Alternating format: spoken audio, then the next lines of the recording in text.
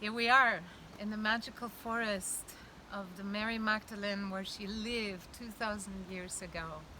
And there we just finished a retreat to be in the cave in the Grotto where her ancient teachings can be found and where her presence is so strong that people just open their hearts naturally and feel the power of life surging through them.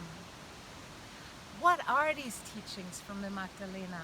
There is so much mystery around it and so much speculation, and yet nobody quite knows, except what is fact, that she lived here after she fled Israel in the boat she arrived in Sainte Marie de la Mer.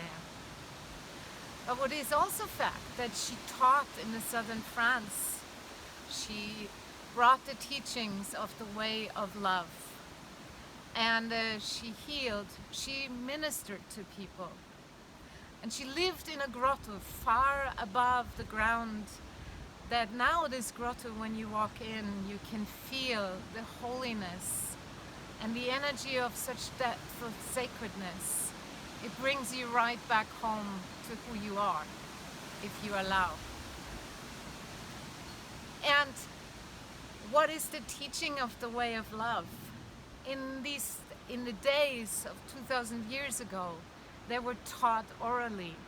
And as a woman, it wasn't easy to teach, I imagine, because women were considered as lower and lesser. And yet here she was, an equal to Joshua, Jesus. And the teachings of them both and her have a lot to do with how do we live real love in this world? How do we live in true faith?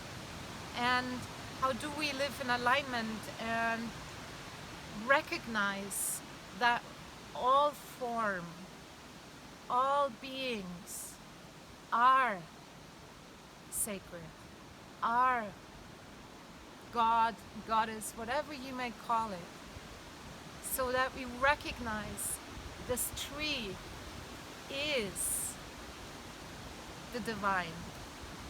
You are the divine. That we not transcend by saying this is just illusion, but rather we recognize the sacredness in all, and thereby we know that we treat the earth with respect. We treat each other with respect.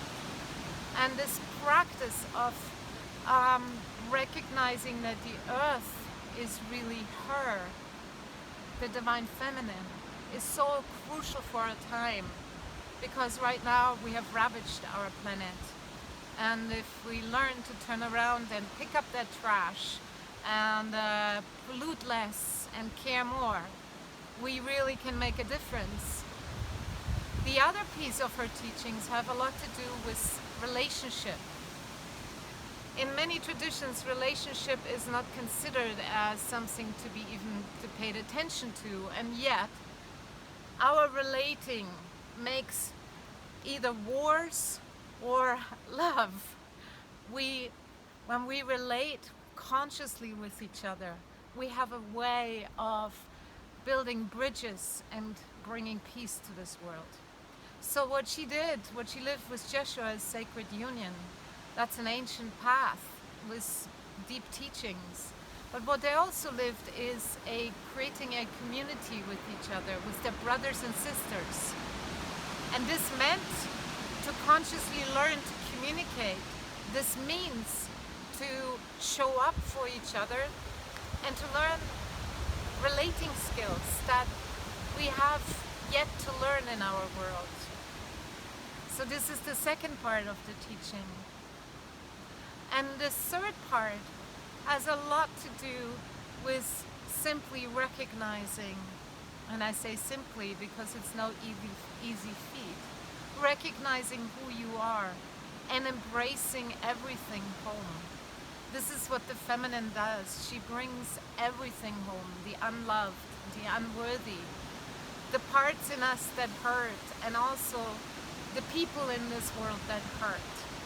So we leave nothing out and everything is included in this love.